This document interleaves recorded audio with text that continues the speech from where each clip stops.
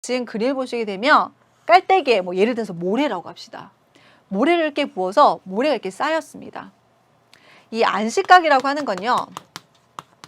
첫 번째, 이 모래가 쌓였는데 요 높이를 그대로 유지를 해요. 요 경사를. 다시 말해서 경사진 면에서 물체가 미끄러져 내리지 않는 무엇을? 최대각을 안식각이라고 합니다. 이 그림에서는 이게 미끄러져 내리지 않는다. 즉 여기서 나타나는 세타를 안식각이라고 할게요. 이게 어떤 의미가 있냐면요. 두 번째, 현재 미끄러져 내리지 않고 요 경사를 그대로 유지하고 있는데 추가적으로 깔때기에 모래를 더 부었다고 합시다. 그래서 경사가 더 높아졌어. 이렇게 됐어요, 여러분. 이렇게 됐어. 이럴 경우에는요. 미끄러져 내리지 않는 최대각, 안식각에 맞춰서 이게 허물어집니다. 주르륵 미끄러져 내려요. 주르륵 미끄러져 내려서 이 세타를 유지하게끔 됩니다. 무슨 말일까요? 사면의 경사와 안식각을 비교했는데 이 최대각보다 사면의 경사가 더 커요. 지금 얘와 같은 경우. 그럼 어떻게 됩니까? 불안정한 상태입니다. 와르르 무너져 내린다. 붕괴가 되겠죠. 즉 뭐가 발생한다? 사태가 발생을 해요. 이 안식각의 정도는요. 뭐 입자의 크기라든지 이 입자들이 무엇을 물을 포함했느냐 포함하지 않느냐 물의 함량에 따라서 각도가 틀려집니다. 그런데 여기서 하나 꼭 기억하셔야 될 것은 뭐가?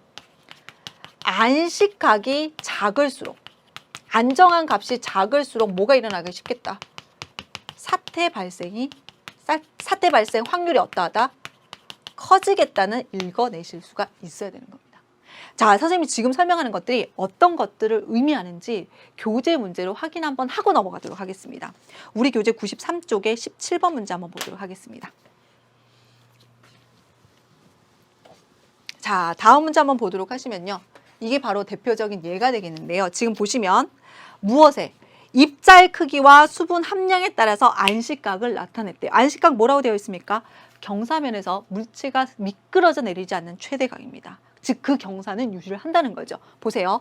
점토 모래자가 이게 바로 입자가 커지는 것. 즉 입자의 크기에 따라서 분류를 한 거구나. 이게 뭡니까? 건조하다, 수분이 적다, 수분이 많다. 이쪽으로 갈수록 수분이 많아지는 것. 즉 수분 함량을 표현하고 있구나.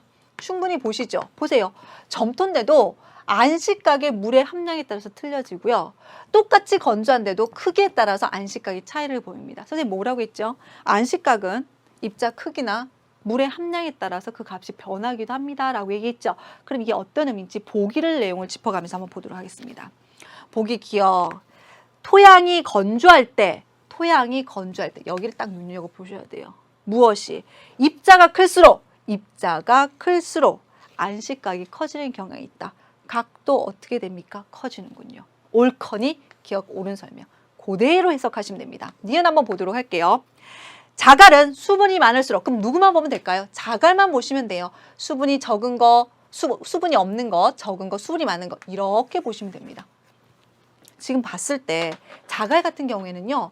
45도까지, 40까지, 30까지 언제 가장 안식각이 크게 나타납니까? 수분이 적을 때 안식각이 수분이 많은 것보다 더 크구나 판단할 수가 있겠죠.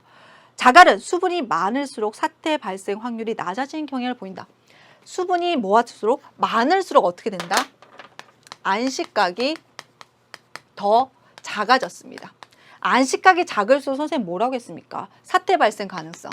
사태 가능성이 어떻게 된다? 커진다고 안식각 설명할 때 말씀드렸죠. 따라서 니은 틀린 설명이고요. 디귿 볼게요. 모래에는 수분 함량이 강한 게 없이 항상 점토보다 사태 발생 확률이 높다.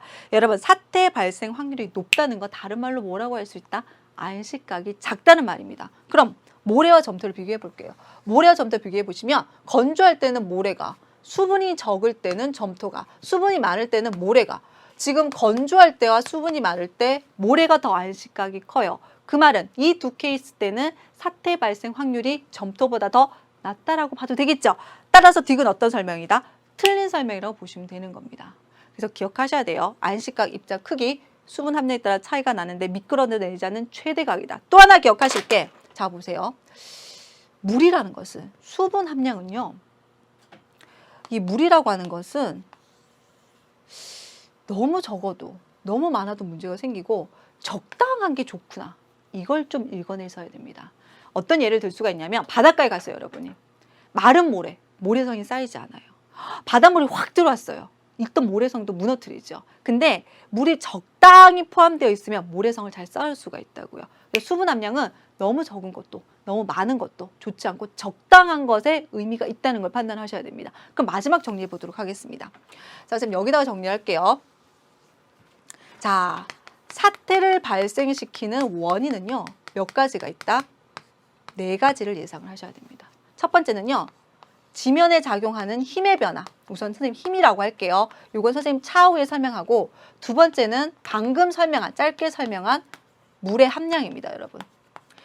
입자와 입자 사이 틈이 있어요, 여러분. 그런 걸 우리가 공극이라고 얘기를 하는데, 물을 함량한다는 건 그 공극에 물이 찬다는 겁니다. 근데 이 물의 함량이 적당하면요, 인력에 의해서 안식각이 오히려 커집니다. 안식각이 커져요. 그런데 과하면요, 뭐가 생기냐면 입자 사이에 물이 다 차버리기 때문에 마찰력이 확 줄어듭니다. 그래서 어떻게 될까요? 안식각이 작아진다. 반복해서 얘기합니다. 안식각이 물체가 미끄러져 내리지 않는 최대각이 작을수록 사태 발생 확률이 높아요. 됐죠? 그래서 물의 함량도 사태 원인의 중요한 원인이 되며, 세 번째 구조입니다. 구조는 2가지로 생각할 수가 있는데요. 퇴적암과 혹은 단층 전리입니다. 이건 무슨 말이냐면요. 뭐 화강암 이런 것보다 퇴적암 중에서도 모래나 점토, 이들이 물을 포함하게 되면 와르르 쏟아내릴 가능성이 화성암들보단 크다는 거죠. 그래서 퇴적암 층리, 그리고 단층과 전리, 이미 앞서 말씀을 드렸지만 단층, 전리, 균열, 틈이고요. 단층은 단층면 있죠. 경계면. 이들은요, 마찰력이 적습니다. 따라서 이 경계면을 따라서 쭉 미끄러져 내릴 수가 있어요. 그래서 이런 지역 역시 사태 원인이 발생이 훨씬 높아진다는 거 기억하시면 되고, 4번째로 환경입니다.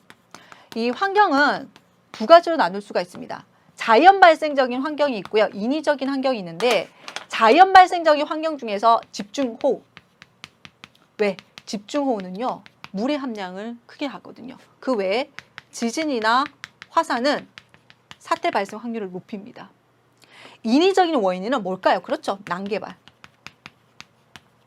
뭐 도로라든지 경작지 때문에 산을 깎는 경우, 이런 경우에는 지형 변화라든지 식생의 변화를 유발할 수밖에 없겠죠. 그로 인해서 사태가 유발되는데, 이 대표적인 예가 뭡니까? 2011년 우면산. 이 우면산 같은 경우에는 개발과 우리나라 계절적 특징, 한여름 집중호우가 만든 대표적인 자연재해, 산사태라고 볼 수가 있습니다.